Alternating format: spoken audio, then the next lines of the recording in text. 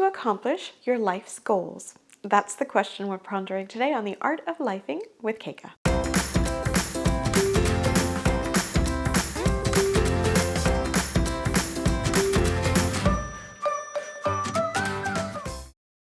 If you ask somebody what are some of your life goals, most people will be able to rhyme off a few things on their list at minimum. And many people create vision boards, for example, to think about where they want their future to be and what their legacy will be. And it's a way of manifesting the things that they like. Others, for example, might have a to-do list, an itemized bucket list of things that they want to do. All of those things are really great in terms of planning your life goals, but I wanted to share with you one experience I had around planning life goals that really sort of shook up my perception and my approach to things. So I was at a retreat for entrepreneurial women, and in the process there was a gentleman named Dominick Quartuccio, a brilliant keynote speaker who goes around the world and speaks everywhere, and he was running this workshop with us over the course of 2 days that focused on how we work, how we expend our energy, physical energy, mental, emotional, even spiritual energy. It was really eye-opening. But in that process, he asked us to do an exercise. He asked us to grab our notebooks. We all sat down and he said, okay, I want you to write a eulogy for yourself. Now, if you've been following my Art of Lifing journey, or if you've seen my TEDx talk, you know that I've written a living eulogy for my mom. I really wanted to write something to her while she was alive that I could share with her in terms of thanking her for everything she's done for me and just sharing the impact that she had on me, the legacy that she's left in my heart. And so in many ways, this exercise became something where I was like, okay, I kind of have to walk the talk. The tables were turned on me, and now I need to write my own eulogy. So we are in this beautiful West Coast location right by the ocean, and I'm sitting in the balcony of our Airbnb, and I'm using the ocean as inspiration. And the one thing I thought to myself is that I'm not going to think too hard about this. Whatever comes to my mind, I'm just going to start to write.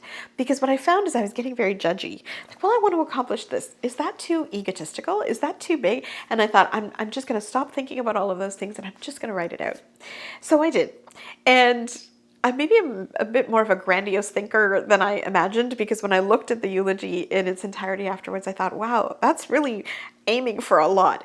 Now, who knows, right? In any corporate world, for example, when you create a plan and then you implement the plan, I've learned over 23 years, the plan never executes exactly the way you envision it to, but you still go through that motion so you can move forward. So I applied that principle to my eulogy, and I thought, even if these things don't turn out the way that they're meant to, because life happens, the universe has their plan for you, I'm still going to write it out. And so when we all came back together to share from that exercise what we got out of it, I was actually a little shocked that out of 10 different women that were there with us, there were only 2 people, including myself, that had actually gone through and completed the exercise and wrote the eulogy. Most of these other women, who are incredibly successful, incredibly giving and caring and loving, only had like a couple of maybe points that they thought of. So there was some sort of block in there. And so I kept thinking to myself, what is it that they were experiencing? Because I can promise you, a few years ago, if I had done this exercise, I would have been in that exact same position where I would have said, I don't know how to plan out my life. I don't know what I'm going to do in the long run. And I feel like the only reason I got that done was because I had stopped thinking and stopped judging myself, because I felt like if I wrote this for my mom, I've got to be able to write it for myself. And it made me think about 2 things. Number one, in writing your eulogy, it's almost like putting a commitment on paper of all of the things that you want to have your legacy stand for. And that feels like a big commitment, you know, in terms of, if I'm going to live a full life, what is that going to look like? What are the things that I want to accomplish? And if we tend to judge ourselves in the moment, which many of us do, including myself, it's hard sometimes to then think about the fullest potential of who we could be, which is what we would ideally want a eulogy to be. So just that self-judgment, or the fact that there might be certain parts of ourselves that we don't really like, can hold us back from dreaming and thinking and planning our life to its fullest potential. So it's easy when we're putting a vision board together, or we're making a list, to say, you know what, in the next little bit I'm going to do this, but I'm leaving myself room to course correct or to do something later. But a eulogy feels very final in some ways, right? What does your life ultimately stand for? This is what it stands for. To be able to put that in can be a bit intimidating. But the thing that I learned in this process from Dominick, the brilliance of him, was that this exercise forced me to think of myself at my greatest potential. So if I could do absolutely anything in the world, what would that be?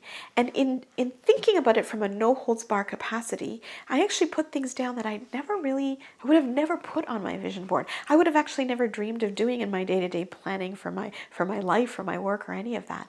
But because I was thinking of a long-term legacy and I allowed myself to think openly, that's the potential now that I could work towards. And whatever happens, happens. Like I said, I'm going to enjoy life. I believe life is a journey. It's not a destination.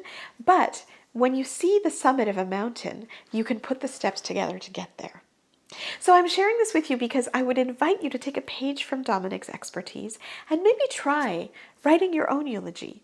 And when you do, think about and consider any blockages that come up. You know, are you judging yourself as you're writing it, which I did quite heavily initially? Is there fear that creeps in? Are you holding yourself back in some ways?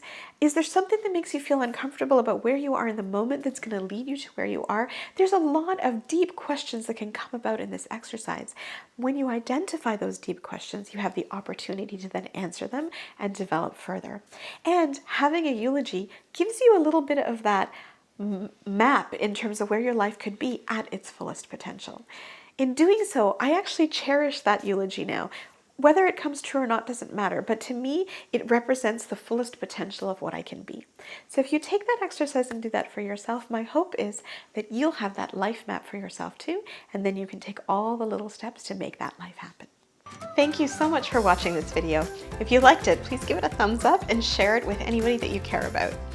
If you want to be notified every time a new video comes up, then hit that little bell icon to be notified. I put up new videos every Tuesday. And finally, if you have any comments for me, please share them with me. I really want to do this journey with you together.